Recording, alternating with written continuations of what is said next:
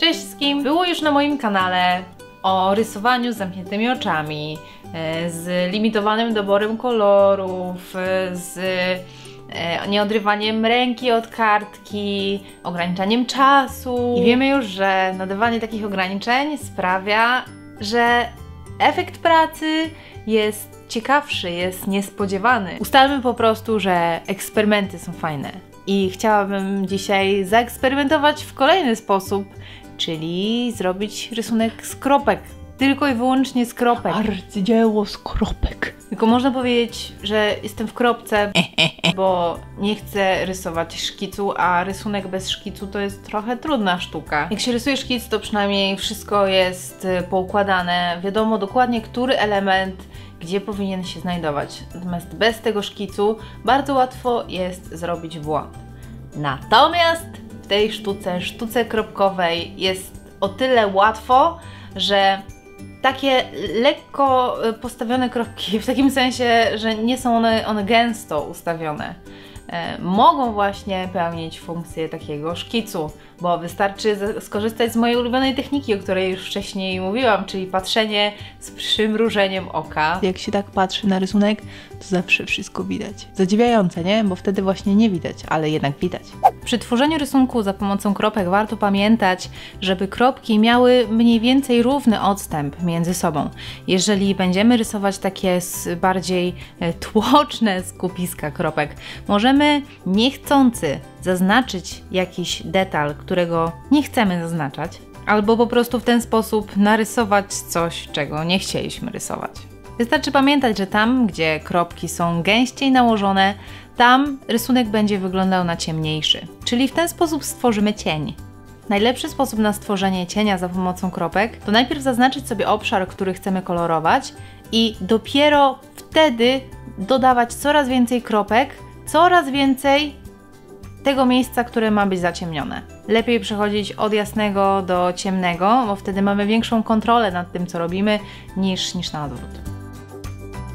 I warto też zapamiętać, że jeżeli już tworzymy jakieś ciemne miejsca za pomocą kropek, to żeby w dalszym ciągu było to ciemne miejsce złożone z kropek, żeby nie przerwać tego wzoru i nie zacząć kolorować, bo wtedy to miejsce będzie się za bardzo wyróżniało, będzie widać, że ono nie pasuje do reszty rysunku.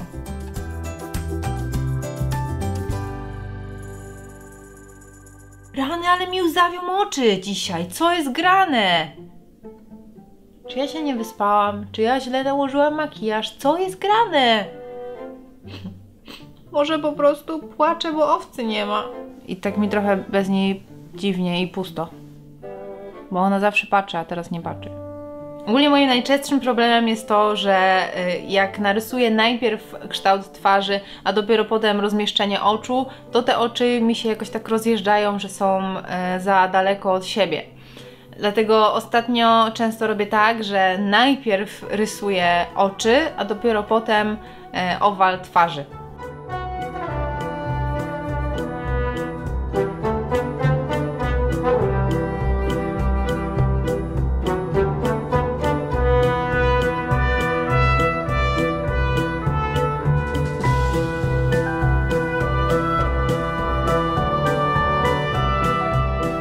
I tak tutaj kropkując sobie spokojnie i bez stresu, na przykład doszłam do wniosku, że linia górna głowy, czyli w sumie linia włosów, jest zbyt nisko, że powinnam te włosy trochę do góry, tak podnieść je i tak naprawdę dzięki temu, że te kropki bardzo delikatnie wyznaczały tą górną krawędź, to mogłam to bez problemu poprawić i tak też zrobiłam.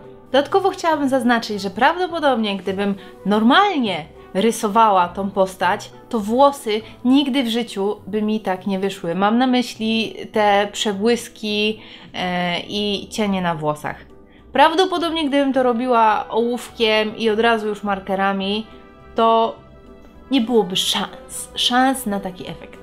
Stwierdzam, że te kropki po prostu są magiczne. To jest magiczny sposób na to, żeby zobaczyć, jak ten rysunek będzie wyglądał, żeby ta wyobraźnia zaczęła działać i podpowiadać prawidłową opcję. Więc jak nie wiecie, co zrobić w życiu, jak postępować, Stawiajcie sobie kropki, a te kropki doprowadzą Was do celu.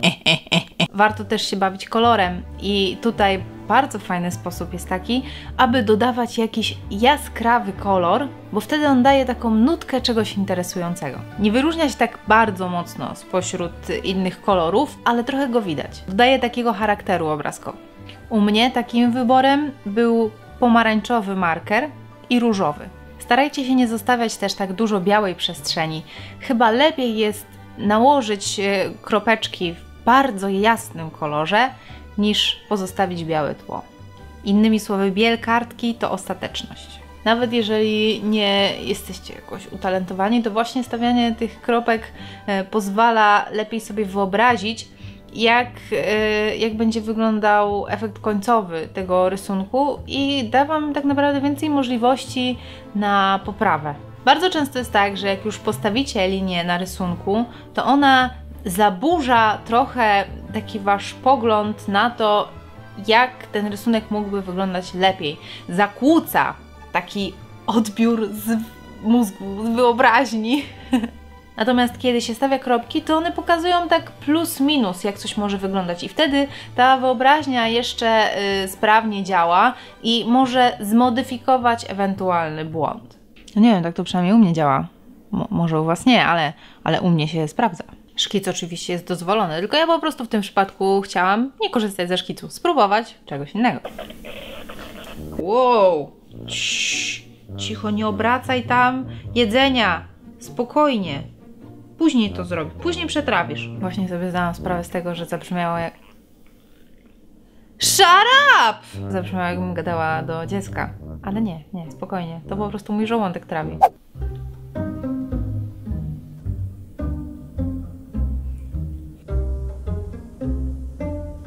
No dobra, no może minimalnie z tym arcydziełem to przesadziłam, no minimalnie, no. To teraz czas na Was, żebyście Wy zrobili pracę złożoną tylko i wyłącznie z kropek. To by było na tyle, do zobaczenia w czwartek o 18:00. Trzymajcie się i pa pa pa pa pa pa pa pa.